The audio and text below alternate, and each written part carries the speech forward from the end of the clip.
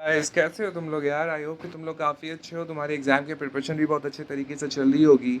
तो इग्नू के बारे में हम बात करेंगे, इग्नू के एग्जाम के डूज एंड डोंट्स के बारे में बात करेंगे। सिर्फ 1 महीने का समय बचा है आपके एग्जामिनेशन में, तो अगर आप एग्जामिनेशन को लेकर के ज़्यादा टेंस हो, समझ नहीं आ रहा क्या पढ़ना है कैसे पढ़ना है, तो मैं बताता चलूँ कॉमर्स पाठशाला आपके लिए well design well decorated notes provide करता है, जिसको अगर आप अच्छे तरीके से स्टडी करोगे आपको कुछ और स्टडी करने की जरूरत नहीं पड़ेगी। बट स्टिल हम लोग नोट्स के साथ आपको चैप्टर वाइज क्वेश्चन आंसर भी फ्री ऑफ कॉस्ट देंगे। साथ ही साथ और भी बहुत सारी चीज़ें हैं। असाइनमेंट्स आपको फ्री ऑफ कॉस्ट मिल जाएंगी, प्रोजेक्ट्स एंड साइनॉप्सिस आपको मिल जाएगा, हालांकि वो चार्जेबल होता है, नोट्स चार्जेबल होता है। ये दो चीज़ें हमारे पास चार्जेबल होती हैं। इसके अलावा बाकी सारी की सारी चीज़ें फ्री हैं। असाइनमेंट्स आपको फ्री ऑफ कॉस्ट मिल जाता है, हालांकि पीडीएफ उसका भी चार्जेबल होता है, बट ऑनलाइन कॉपी आपको फ्री ऑफ कॉस्ट मिल जाएगा। आपको चैप्टर वाइज क्वेश्चन आंसर मिल जाएगा, जो कि बहुत ही बड़ी बात है, वो आपको फ्री ऑफ कॉस्ट मिल जाता है। सो देयर बहुत सारी बेनिफिट्स हैं जो कि आपको मिलती हैं। ऑनलाइन क्लासेस आपको फ्री ऑफ कॉस्ट मिलती हैं अगर आप नोट्स लेते हो और आपको कोई टॉपिक समझ में नहीं आता, you can ask for that too, ठीक है ना। Now let's talk about the dos and don'ts. ठीक है, सबसे पहले हम डूज के बारे में बात कर लेते हैं। तो यहाँ पे टोटल 7 यहाँ पे डूज हैं, 7 डोंट्स हैं। मतलब क्या करना है क्या नहीं करना है। तो पहले क्या करना है उसके बारे में बात कर लेते हैं, फिर क्या नहीं करना है उसके बारे में हम बात करेंगे। तो डूज में सबसे पहले स्टार्ट करते हैं पॉइंट नंबर 1 से, follow IGNOU answer writing style. जो इग्नू में जो आंसर लिखने का जो तरीका है, ये मेरा खुद का तरीका है।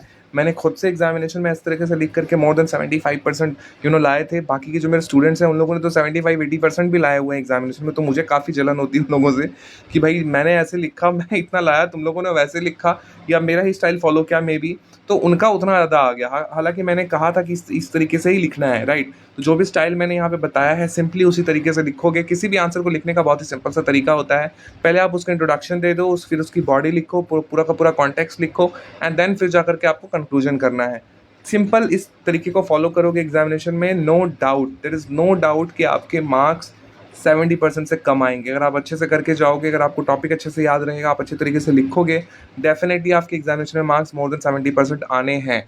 ठीक है। So write answers in structured format, introduction, body and conclusion, simple. Second bullet point है, use heading, sub heading and bullet point. ये बोलने की तो जरूरत नहीं है, मुझे लग रहा है आपको, ये बहुत सिंपल सी बात है। जब भी आप कुछ लिखना स्टार्ट करो तो कहाँ हेडिंग देना है, कहाँ सब हेडिंग देना है, उसका ध्यान आपको रखना है। बुलेट पॉइंट्स भी यहाँ पे इस्तेमाल करने हैं। तीसरा है, keep answers relevant to the question. जो क्वेश्चन आपसे पूछा गया है, आंसर आपको वही लिखना है, कुछ ऊट पटांग नहीं लिखना है इधर उधर, है ना, उस पर ध्यान देना है। दूसरा है, अटेम्प्ट ऑल क्वेश्चन, सारे के सारे क्वेश्चन अटेम्प्ट करो, कुछ भी मत छोड़ना, कुछ भी मत छोड़ना, मैं कह रहा हूँ ना, कुछ भी नहीं छोड़ना। अगर आंसर नहीं आता है, खुद से कुछ बना उना करके उसके रिलेटेड, उससे रिलेवेंट टॉपिक मतलब होना चाहिए। ऐसा नहीं कि कुछ भी मैंने लिख दिया, वहाँ पे गाना लिख करके आ गया मैं, ऐसा भी नहीं होना चाहिए। क्वेश्चन जो भी पूछा गया है उसके बारे में जितना भी आपको आइडिया है, भले ही वो क्वेश्चन आपसे कुछ और पूछा हो, आप लिख करके आओ, कोई भी क्वेश्चन छोड़ के मत आना। IGNOU follow a step marking system, है ना, सिंपल सी बात है। Even if you don't know fully right related कोई पॉइंट्स, अगर आपको पूरा नहीं याद है, आप रिलेटेड पॉइंट्स भी लिख करके आ सकते हो। तीसरा यहाँ पे पॉइंट है, मेंटेन गुड प्रेजेंटेशन। प्रेजेंटेशन सही होना बहुत ज़रूरी है। जैसे कि मैंने आपको बताया था, आप मार्जिन कर सकते हो, कम से कम एक साइड तो मार्जिन होगी ही। उसके अलावा हैंडराइटिंग आपकी अच्छी होनी चाहिए, प्रॉपर स्पेसिंग होनी चाहिए। ऐसा नहीं कि वर्ड्स चिपके हुए आपस में, समझ पढ़ने में ही दिक्कत हो रही है, ऐसा नहीं होना चाहिए। अंडरलाइन इंपॉर्टेंट कीवर्ड्स, ये करना ज़रूरी नहीं है, मैंने ऐड कर दिया। ये नोट्स बनाने में काफ़ी ज़्यादा यूज़फुल होता है, बट आप यहाँ पे नोट्स नहीं बना रहे हो, आप एग्जाम दे रहे हो। बट फिर भी अगर आपको लगता है कि कोई वर्ड्स आपने आउट ऑफ द बॉक्स इस्तेमाल किया है, कुछ यूनिक वर्ड्स आपने इस्तेमाल किए हैं, आप उनको अंडरलाइन कर सकते हो, ठीक है, हालांकि वो ज़रूरी नहीं है। चौथा पॉइंट पे चले आओ, टाइम मैनेजमेंट। टाइम मैनेजमेंट बहुत ज़्यादा ज़रूरी है यार। तो यहाँ पे 20 मार्क्स के टोटल 5 क्वेश्चन होंगे आपको, है ना, 3 घंटे का आपका पेपर है, तो आपको वो चीज़ ध्यान में रखना पड़ेगा, है ना। Divide time according to marks, ई 20 marks is equal to 30 minutes, उससे ज़्यादा नहीं भाई। 30 मिनट से ज़्यादा मत जाना। 30 के भी अगर आप लगाओगे ना तो 3×5 = 15, है ना। तो आपके यहाँ पे 3 घंटे आपको मिलेंगे, आपको उसी में मतलब मैनेज कर लेना है, right. And keep last 10 to 15 minutes for revision. आखिर के 10-15 मिनट में तो आपको टाइम देना ही पड़ेगा। एक बार आपने देख भी लिया कि भाई कुछ छुटा तो नहीं, कहीं कुछ गलती नहीं रह गई, तो उसके लिए भी आपको टाइम रखना पड़ेगा। तो time management is also very important thing. Fifth point is use examples and case studies. ये बहुत ज़रूरी है भाई, ये बहुत ज़रूरी है। मैं प्रैक्टिकली देख चुका हूँ, who is calling me right now. So yeah, ये मैं इससे पहले भी देख चुका हूँ। ये बहुत ज़्यादा ज़रूरी है। अगर आप एग्जाम्पल सही तरीके से दोगे, अगर आपके पास केस स्टडीज ठीक तरीके से रहेगी, तो आपको मार्क्स और भी ज़्यादा अच्छे तरीके से मिल सकते हैं, ठीक है ना। छठा पॉइंट है, कैरी रिक्वायर्ड डॉक्यूमेंट। जो भी रिक्वायर्ड डॉक्यूमेंट्स हैं, आपका इग्नू का आईडी कार्ड तो बहुत मस्ट है, हॉल टिकट तो लेके जाना ही है।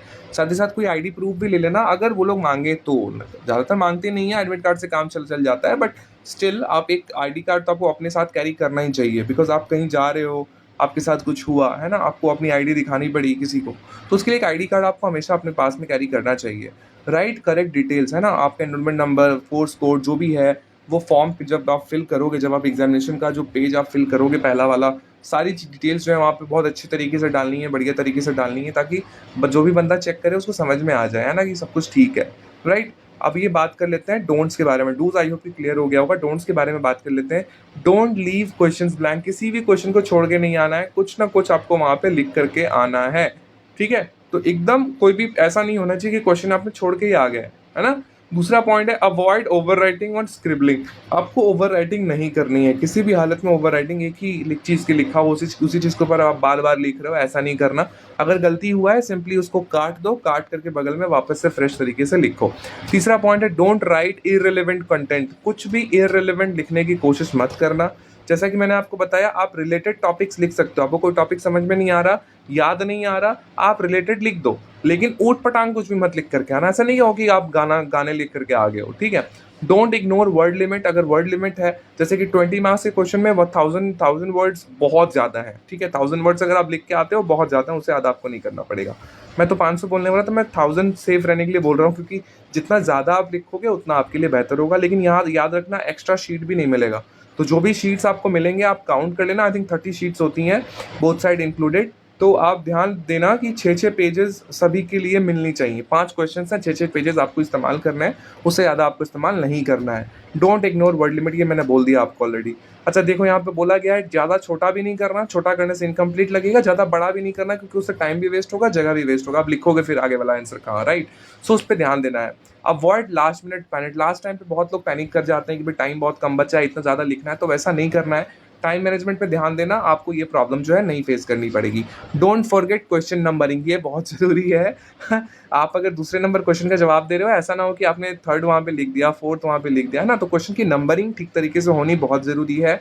And avoid copy paste style answer. Answer का जो स्टाइल है कॉपी पेस्ट नहीं होना। यहाँ पे सिंपल सी बात है, यहाँ पे चीट की बात की जा रही है। Don't carry any cheat, try to give your answer as per your knowledge, as per your idea, ठीक है ना। तो उससे आपके मार्क्स बहुत अच्छे आ जाएंगे। नीचे में देखो प्रो टिप्स दिया हुआ है। तो यहाँ पे प्रो टिप्स में देखो, start with questions you know best. जिसका क्वेश्चन आपको बहुत अच्छे तरीके से पता होगा, उसी क्वेश्चन को आप पहले करना। डायग्राम्स अगर आप बना सकते हो बनाना, फ्लो चार्ट्स बना सकते हो तो बनाना। वो ज़रूरी नहीं है, हर क्वेश्चन में वो ज़रूरी नहीं होता है। अगर एप्लीकेबल होगा, अगर लगेगा तो ही आपको बनाना है, ठीक है। कई लोग मैंने देखा है कि वीडियोज़ में बोलते हैं भाई इसका इस्तेमाल करो, वो इस्तेमाल करो। ऐसा कुछ नहीं है। टॉपिक फॉलो करो, इंट्रोडक्शन तरीका फॉलो करो, इंट्रोडक्शन, बॉडी, कंक्लूजन, सिंपल। अगर वहाँ पे लगता है कि डायग्राम डाले जा सकते हैं तो ही डालो, अदरवाइज कोई जरूरत नहीं है, टाइम भी लगता है उसमें फालतू का, ठीक है। सो हाईलाइट कीवर्ड्स, ज़रूरी नहीं है, इसको भी मैं बोलूँगा ज़रूरी नहीं है, आप चाहो तो कर सकते हो। For long answers right 5 to 7 strong points instead of वेग पैराग्राफ्स। तो सिंपल सी बात है, ये बहुत लॉजिकल बात है कि वेग पैराग्राफ्स नहीं लिखने हैं। कोशिश करना है कि आप जितने ज़्यादा से ज़्यादा हो सके वैलिड पॉइंट्स यहाँ पे डालने की कोशिश करो, ना कि कुछ भी आप वहाँ पे वेग लिख करके आ रहे हो। अब जहाँ पे MCOP 01 की बात रही, तो MCOP 01 के बारे में मैंने ऑलरेडी बोल रखा है आपको कि भाई MCOP 01 हमारे पास अवेलेबल है। वाइवा कुछ होगा नहीं, लेकिन फिर भी यहाँ पे मैंने मेंटेन करके रखा है, क्योंकि हो सकता है आगे जाकर के अगर आप PhD वगैरह करोगे तो ये सारी चीज़ें आपको ध्यान में रखनी पड़ेंगी, ठीक है। सो वाइवा नहीं होगा, लेकिन MCOP का जो प्रोजेक्ट प्रेजेंटेशन है वो बहुत ज़रूरी है। And we at Commerce Pathshala provide the synopsis, we provide the project as well. Total project fee हमारा 3000 रहता है, out of which we take 500 as a token money for the synopsis only. Synopsis के लिए आपको 500 पे करना पड़ेगा। साइनॉप्सिस के अप्रूवल के बाद आपको रेस्ट ऑफ द अमाउंट पे करना है। एंड जब आप पे करोगे सेम डे या उसके नेक्स्ट डे मैं आपको प्रोजेक्ट भी प्रोवाइड कर दूंगा, क्योंकि हम लोग साइनॉप्सिस एंड प्रोजेक्ट किसी भी टॉपिक का साथ में बनाना स्टार्ट करते हैं, ताकि आपको अप्रूवल आने तक का वेट ना करना पड़े कि अप्रूवल आएगा फिर आप जाके प्रोजेक्ट बनाओगे, ऐसा कुछ नहीं है। तो वो चीज़ें हम लोग आपको प्रोवाइड कर देंगे। आपको सिंपली अपने गाइड से सिग्नेचर लेना है एंड गाइड से बात करते रहना है। एंड कुछ भी प्रॉब्लम हो regarding your study, you can call me, WhatsApp me, and please comment करो यार, कमेंट करके बताओ मुझे कहीं कुछ प्रॉब्लम हो रही कि नहीं हो रही। अगर हो रही है यार तो सिंपली कॉल कर लो, मैं आपको बता दूंगा क्या करना है क्या नहीं करना है, ठीक है। थैंक यू सो मच, अपना ख्याल रखो, बाय बाय, टेक केयर।